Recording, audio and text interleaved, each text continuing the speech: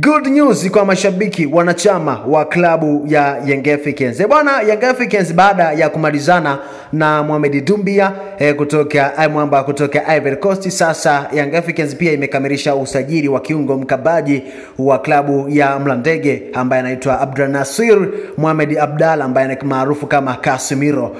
Kwamba kiungo huyo mwenye umri wa miaka 20 ni moja ya wachezaji vijana walioonyesha viwango bora sana katika ligi kuu ya Zanzibar na kuisaidia timu yake kubeba ubingwa wa ligi hiyo. Katika kuweka kumbukumbu sawa, wachezaji wengi ambao wamekuwa wakisajiliwa na Young Africans kutokea visiwani Zanzibar wamekuwa wakifanya vizuri sana, au sio bwana? Kijana huyo ambaye alikuwa na window na vilabu mbalimbali kutoka ndani ya Tanzania, Azam FC walikuwa wakipambana kutafuta saini yake, lakini pia na Singida Black Stars walikuwa wakipambana kutafuta saini yake. Sasa Young Africans imekamilisha usajili wa mchezaji huyo na atakuwa rasmi sasa katika kikosi cha wananchi Young Africans kuelekea msimu ujao wa 2025-2026. Huu ni usajili wa pili kwa upande wa Young Africans, lakini pia kuna wachezaji ambao Young Africans pia inawawinda, inawatafuta. Ili kufahamu kwa undani kabisa juu ya wachezaji ambao pia wanatajwa kujiunga na kikosi cha wananchi Young Africans, tembelea channel yetu ya YouTube